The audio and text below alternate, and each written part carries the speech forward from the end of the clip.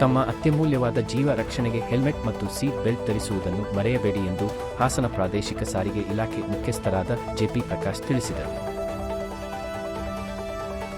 ಅವರು ಗಂಡಸಿ ಗ್ರಾಮದ Saint John ಆಂಗ್ಲ ಮಾಧ್ಯಮ ಶಾಲೆಯ ಆವರಣದಲ್ಲಿ ಪ್ರಾದೇಶಿಕ ಸಾರಿಗೆ ಇಲಾಖೆ Hassan, Akshaya driving school, Gandasi hand post ಇವರ ಆಶ್ರಯದಲ್ಲಿ ಮಂಗಳವಾರ ನಡೆದ 37ನೇ ರಾಷ್ಟ್ರೀಯ ರಸ್ತೆ ಸುರಕ್ಷತಾ ಮಾಸಾಚರಣೆ ಕಾರ್ಯಕ್ರಮ ಉದ್ಘಾಟಿಸಿ ಮಾತನಾಡುತ್ತಾರೆ. ಯಾವುದೇ ಒಬ್ಬ ವ್ಯಕ್ತಿಗೆ ಅಪಘಾತವಾಗಿ ಜೀವನ್ಮರಣ ಹೋರಾಟ ಮಾಡುತ್ತಿರುವ ಸಂದರ್ಭದಲ್ಲಿ ಚಿತ್ರೀಕರಿಸುವ ಬದಲು ಆಸ್ಪತ್ರೆಗೆ ಸೇರಿಸಲು ಸಹಕರಿಸಿ. ಕೇಂದ್ರ ಸರ್ಕಾರ ರಸ್ತೆ ಅಪಘಾತದಲ್ಲಿ ಗಾಯಗೊಂಡ ವ್ಯಕ್ತಿಗಳಿಗೆ ತಕ್ಷಣ ಸಹಾಯ ಮಾಡಲು ರಹಾವೀರ ಯೋಜನೆಯನ್ನು ಜಾರಿಗೆ ತಂದಿದ್ದು, ಅಪಘಾತವಾದ 1 ಗಂಟೆ ಒಳಗೆ ಗೋಲ್ಡನ್ ಅವರ್ನಲ್ಲಿ ಅಪಘಾತ ಸ್ಥಳದಲ್ಲಿ ಇತರೆ ವ್ಯಕ್ತಿಗಳು ಮಾನವೀಯತೆ ದೃಷ್ಟಿಯಿಂದ ಗಾಯಾಳನ್ನು ಆಸ್ಪತ್ರೆಗೆ ಸಾಗಿಸಲು ಸಹಕರಿಸಿ ಅಥವಾ ಉತ್ತೇಜಿಸಿ. ಈ ರೀತಿ ಮಾಡುವುದರಿಂದ ಒಂದು ಜೀವಕ್ಕೆ ನೀವೇ ಜೀವದಾನ ಮಾಡಿದಂತಾಗುತ್ತದೆ. ಗಾಯಾಳುವಿನ ಆಸ್ಪತ್ರೆಯ ಚಿಕಿತ್ಸಾ ವೆಚ್ಚ 7 ಲಕ್ಷದವರೆಗೆ ಸರ್ಕಾರವೇ ಭರಿಸಲಿದೆ. ರಾಹವೀರ ಯೋಜನೆಯಡಿ ಗಾಯಾಳುಗೆ ಸಹಕರಿಸಿದ ವ್ಯಕ್ತಿಗೆ ಕಾನೂನಿನ ರಕ್ಷಣೆ ಇದ್ದು, ಪೊಲೀಸ್ ಮತ್ತು ನ್ಯಾಯಾಲಯದ ಕಿರುಕುಳ ಇರುವುದಿಲ್ಲ. ಸ್ವಇಚ್ಛೆಯಿಂದ ಹೇಳಿಕೆ ನೀಡಬಹುದು. ರಾಹವೀರ ಯೋಜನೆಯಡಿ ಅತ್ಯಮೂಲ್ಯ ಜೀವ ರಕ್ಷಣೆ ಮಾಡುವ ವ್ಯಕ್ತಿಗಳಿಗೆ 25,000 ನಗದು ಬಹುಮಾನ ಮತ್ತು ಪ್ರಶಸ್ತಿ ಪತ್ರ ನೀಡಿ ಸರ್ಕಾರದಿಂದ ಗೌರವಿಸಲಾಗುವುದು. ರಸ್ತೆ ಸುರಕ್ಷತೆ ಎಂದರೆ ಕೇವಲ ನಿಯಮಗಳು ಎಂದು ತಿಳಿಯಬೇಡಿ. ಮನುಷ್ಯರ ಜೀವ ರಕ್ಷಣೆಯ ಮೂಲತತ್ವವಾಗಿದ್ದು, ಅಪ್ರಾಪ್ತ ವಯಸ್ಸಿನ ಮಕ್ಕಳು ವಾಹನ ಚಾಲನೆ ಮಾಡುವುದು ಕಾನೂನಿನ ಪ್ರಕಾರ ಶಿಕ್ಷಾರ್ಹ ಅಪರಾಧವಾಗಿದ್ದು, ಜೀವಹಾನಿ ಆದ ಪಕ್ಷದಲ್ಲಿ ದಂಡ ಮತ್ತು ಇತರೆ ಎಲ್ಲ ವೆಚ್ಚವನ್ನು ಅಪ್ರಾಪ್ತ ಬಾಲಕನ ಕುಟುಂಬದವರೇ ಭರಿಸಬೇಕಾಗುತ್ತದೆ ಎಂದರು. ಕಾರ್ಯಕ್ರಮದಲ್ಲಿ ಪ್ರಾದೇಶಿಕ ಸಾರಿಗೆ ಇಲಾಖೆಯ ಇನ್ಸ್ಪೆಕ್ಟರ್ ಪದ್ಮನಾಭ್, ಅಕ್ಷಯ ಡ್ರೈವಿಂಗ್ ಸ್ಕೂಲ್ ಮಾಲೀಕ ಸಿದ್ದಲಿಂಗ ಸ್ವಾಮಿ, ಕ್ಷೇತ್ರ ಶಿಕ್ಷಣಾಧಿಕಾರಿ ಮೋಹನ್ ಕುಮಾರ್, ಸೈಂಟ್ ಜಾನ್ ಶಾಲೆಯ ವ್ಯವಸ್ಥಾಪಕ ನಿರ್ದೇಶಕ ಡಾಕ್ಟರ್ ಮುಕೇಶ್, ಗಂಡಸಿ ಪೊಲೀಸ್ ಠಾಣೆ ಎಎಸ್ಐ ಮಂಜೇಗೌಡ, ವಕೀಲ ಕೃಷ್ಣಕುಮಾರ್, ಪ್ರಾದೇಶಿಕ ಸಾರಿಗೆ ಇಲಾಖೆ ಅಧಿಕಾರಿಗಳು ಹಾಜರಿದ್ದರು.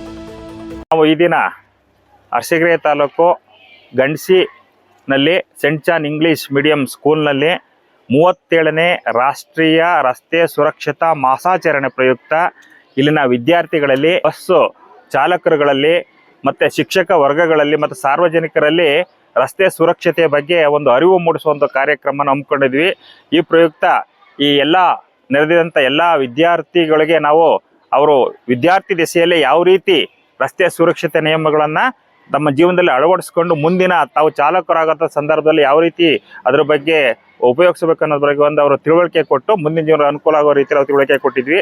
ಅದ್ರ ಜೊತೆಗೆ ರಸ್ತೆಯಲ್ಲಿ ಅವರು ವಾಕ್ ಮಾಡ್ಬೇಕಾದ್ರೆ, ನಡ್ಕೊಂಡು ಹೋಗ್ಬೇಕಾದ್ರೆ ರಸ್ತೆ ಯಾವ ಬದಿನಲ್ಲಿ ಹೋಗಬೇಕು, ಮತ್ತು ತಾವು ಬಸ್ಸನ್ನು ಅಲ್ಲಿ ಆ ಮನೆಯಿಂದ ಶಾಲೆಗೆ ಬರಬೇಕಾದ್ರೆ ಟ್ರಾನ್ಸ್ಪೋರ್ಟೇಷನ್ ಯೂಸ್ ಮಾಡ್ತಾರೆ, ಆ ಒಂದು ಉಪಯೋಗಿಸೋ ಸಂದರ್ಭದಲ್ಲಿ ಯಾವ ರೀತಿ ಸುರಕ್ಷತಾ ನಿಯಮನ ಅವ್ರು ಪಾಲಿಸಬೇಕು, ಮತ್ತು ಅವರು ತಿಳುವಳಿಕೆ ಇದ್ದರೆ ಅವರ ತಂದೆ ತಾಯಿಗಳಿಗೆ, ಅಣ್ಣ ತಮ್ಮಂದಿರಿಗೆ ಅವರು ವಾಹನ ಚಾಲನೆ ಮಾಡಬೇಕಾದ್ರೆ ಯಾವ ರೀತಿ ಸುರಕ್ಷತಾ ತಗೋಬೇಕು ಅನ್ನೋದ್ರ ಬಗ್ಗೆ ಅವರ ತಂದೆ ತಾಯಿಗಳಿಗೆ, ಅಣ್ಣ ತಮ್ಮಂದಿರಿಗೆ ಇವ್ರ ಮುಖಾಂತರ ನಾವು ಒಂದು ಡೈರೆಕ್ಷನ್ ಕೊಡಿಸುವಂಥ ಒಂದು ಕೆಲಸನ ಮಾಡಿದ್ದೀವಿ.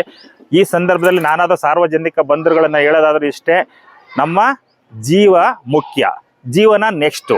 ಆ ಒಂದು ಧ್ಯೇಯೋದ್ದೇಶದೊಂದಿಗೆ ರಸ್ತೆ ಸುರಕ್ಷೆ ಜೀವದ ರಕ್ಷೆ ಅಂತೇಳಿ ನಮ್ಮ ಘನ ಸರ್ಕಾರದ ಒಂದು ಧ್ಯೇಯ ವಾಕ್ಯವನ್ನು ಕೊಟ್ಟಿದ್ದಾರೆ. ಅದರ ಅನುಸಾರ ನಾವು ಒಂದು ಕಾರ್ಯಕ್ರಮನ ಮಾಡ್ತಾ ಇದ್ದೀವಿ.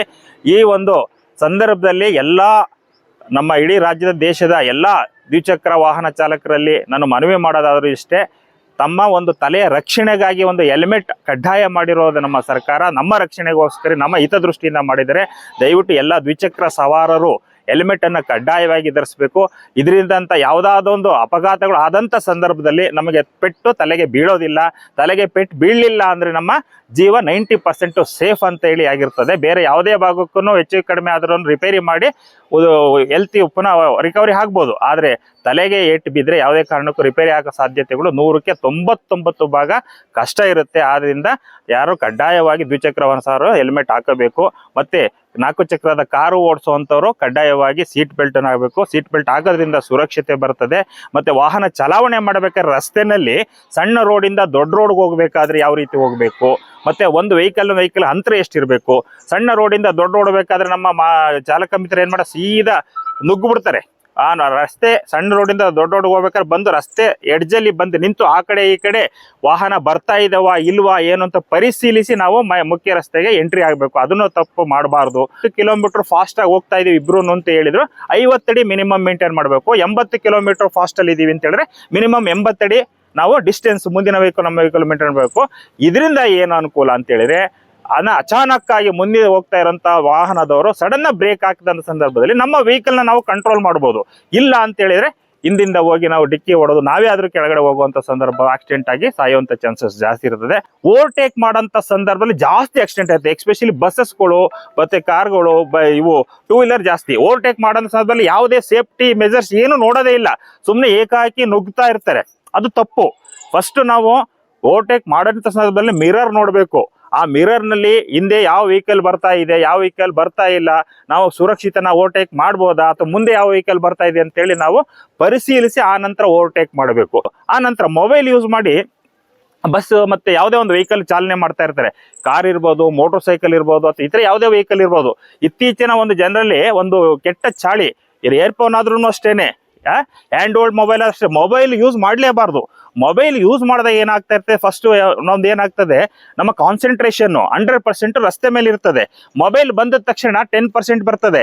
1 ಸೆಕೆಂಡ್ 2 ಸೆಕೆಂಡ್ ಆದ ತಕ್ಷಣ ಪರ್ಸೆಂಟೇಜ್ ಆಫ್ ಕಾನ್ಸಂಟ್ರೇಷನ್ ಜಾಸ್ತಿ ಆಗ್ತದೆ. ಇಲ್ಲಿ ಜಾಸ್ತಿ ಆಗ್ತದೆ, ರಸ್ತೆ ಮೇಲೆ ಕಾನ್ಸಂಟ್ರೇಷನ್ ಕಡಿಮೆ ಆಗುತ್ತೆ.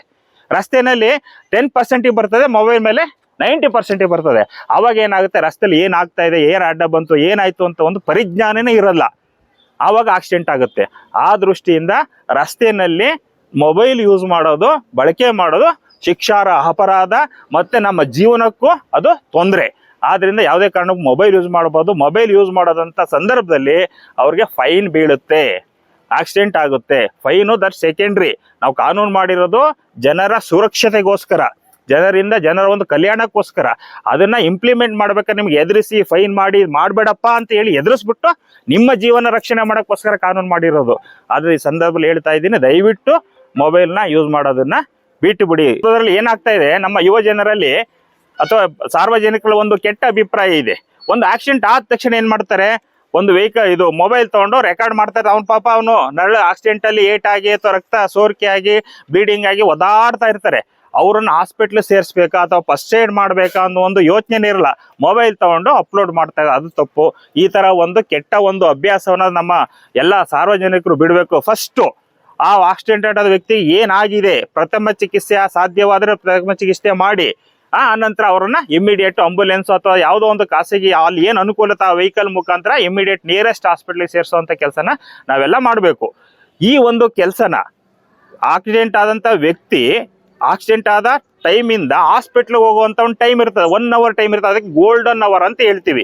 ಯಾಕೆ ಗೋಲ್ಡನ್ ಅವರ್ ಹೇಳ್ತೀವಿ ಅಂತ ಹೇಳಿದ್ರೆ, ಆ 1 ಗಂಟೆಯ ಒಳಗೆ ಆ ಆಕ್ಸಿಡೆಂಟ್ ಆದ ಗಾಯಾಳಿಗೆ ಸೂಕ್ತ ರೀತಿಯಲ್ಲಿ ಚಿಕಿತ್ಸೆ ಸಿಕ್ಕಿದ್ರೆ ಅವನು ಬದುಕುಳಿಯುವಂತ ಸಾಧ್ಯತೆ ಜಾಸ್ತಿ ಇರೋದ್ರಿಂದ ಅದನಿಗೆ ಆ ವ್ಯಕ್ತಿಗೆ ಇದು ಗೋಲ್ಡನ್ ಅವರ್ ಆಗಿರುತ್ತೆ. ಆ ಒಂದು ಟೈಮಲ್ಲಿ ನಾವೆಲ್ಲರೂ ಫಸ್ಟ್ ಏಡ್ ಕೊಟ್ಬಿಟ್ಟು ಇಮಿಡಿಯೇಟ್ ಹಾಸ್ಪಿಟ್ಲ್ ಸೇರಿಸುವಂತ ಕೆಲಸ ಮಾಡಬೇಕು. ಆ ನಂತರ ಈ ತರ ಒಂದು ಹೆಲ್ಪ್ ಮಾಡೋಂಥ ವ್ಯಕ್ತಿಗೆ ರಾಹವೀರ್ ಗುಡ್ ಸಮರಿಟನ್ ಆಕ್ಟ್ ಅಲ್ಲಿ ರಾಹವೀರ್ ಅಂತೇಳಿ ಒಂದು ಬಹುಮಾನ ಅಂತ ಕೊಡುವಂತ ಕೇಂದ್ರ ಸರ್ಕಾರ ಒಂದು ಯೋಜನೆ ಮಾಡಿದರೆ, ಅವನಿಗೆ ಗುಡ್ ಸಮರಿಟನ್ ಅಂತೇಳಿ ಬಿರುದು ಕೊಟ್ಟು ರಾಹವೀರ್ ಯೋಜನೆಯಲ್ಲಿ 25,000 ಪ್ರೈಸ್ ಸಿಗುತ್ತೆ. ಈ ತರ ಹೆಲ್ಪ್ ಮಾಡಿದ್ರೆ ಅವನು ಒಂದು ಪ್ರೋತ್ಸಾಹ ಮಾಡೋ ದೃಷ್ಟಿಯಿಂದ ಈ ಒಂದು ಯೋಜನೆನ ಮಾಡಿದ್ದಾರೆ. ಆ ನಂತರ ಏನಾಗ್ತಾ ಇತ್ತು, ಆಕ್ಸಿಡೆಂಟ್ ಆದ್ರೆ ಇಮ್ಮಿಡಿಯೇಟ್ ನಾನು ಹಾಸ್ಪಿಟ್ಲಿಗೆ ಕರ್ಕೊಂಡು ಹೋದ್ರೆ ಪೊಲೀಸ್ನವರು, ಕೋರ್ಟು ಕಚೇರಿ ಪೊಲೀಸ್ನವ್ರು ಬಂದು ನನ್ನ ಹೆಸರು ತಗೋತಾರೆ, ನಾಳೆ ಸ್ಟೇಷನ್ ಬಂದು ಸೈನ್ ಮಾಡೋ, ನಾಡಿದ್ದು ಕೋರ್ಟಿಗೆ ಕರೆದಾಗ ಬಾ, ಮತ್ತೆ ನಿನ್ ಫೋನ್ ನಂಬರ್ ಕೊಡು ಅಂತೇಳಿ ಕಿರುಕುಳ ಹಿಂದೆ ಇತ್ತು ಅಂತ ಎದುರುತ್ತಾ ಇದ್ರು. ಈಗ ಆ ರೀತಿ ಎದುರುವಂತ ಅವಶ್ಯಕತೆ ಇಲ್ಲ. ಇವನ್ ಹಾಸ್ಪಿಟ್ಲಿಗೆ ಹೋದ್ರು ಸಹಿತ ಅವರು ನೋಡಪ್ಪ ಫಸ್ಟ್ ಹಾಸ್ಪಿಟ್ಲಿಗೆ ದುಡ್ಡು ಕಟ್ಟು, ಇಲ್ಲ ಅಡ್ಮಿಟ್ ಮಾಡ್ಕೊಳ್ಳೋದಿಲ್ಲ ಅಂತ ಖಾಸಗಿ ಆಸ್ಪತ್ರೆಯವರು ಹೇಳ್ಬೋದಿತ್ತು. ಆದ್ರೆ ಈಗ ಹೇಳೋ ಅಂತ ಪ್ರಾಬ್ಲಮ್ ಇಲ್ಲ.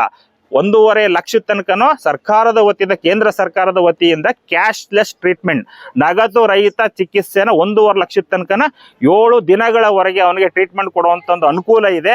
ಆದ್ರಿಂದ ಯಾವುದೇ ಕಾರಣಕ್ಕೂ ಯಾವುದೇ ಹಾಸ್ಪಿಟಲ್ ಅನ್ನೋರು ಆ ವ್ಯಕ್ತಿನ ಟ್ರೀಟ್ಮೆಂಟ್ ಮಾಡೋದಿಲ್ಲ ಅಂತ ರಿಜೆಕ್ಟ್ ಮಾಡಕ್ ಬರೋದಿಲ್ಲ. ಅದ್ರ ಬಗ್ಗೆನೂ ಕೂಡ ಸಾರ್ವಜನಿಕರು ಎದುರ್ಕೊಳ್ಳೋ ಅವಶ್ಯಕತೆ, ನಾನು ತಾನೇ ಕರ್ಕೊಂಡು ನಾನೇ ಕೈನಿಂದ ದುಡ್ಡು ಕಟ್ಟಬೇಕು ಅಂತೇಳಿ ಒಂದು ಎದುರ್ಕಂತ ಅವಶ್ಯಕತೆ ಇಲ್ಲ.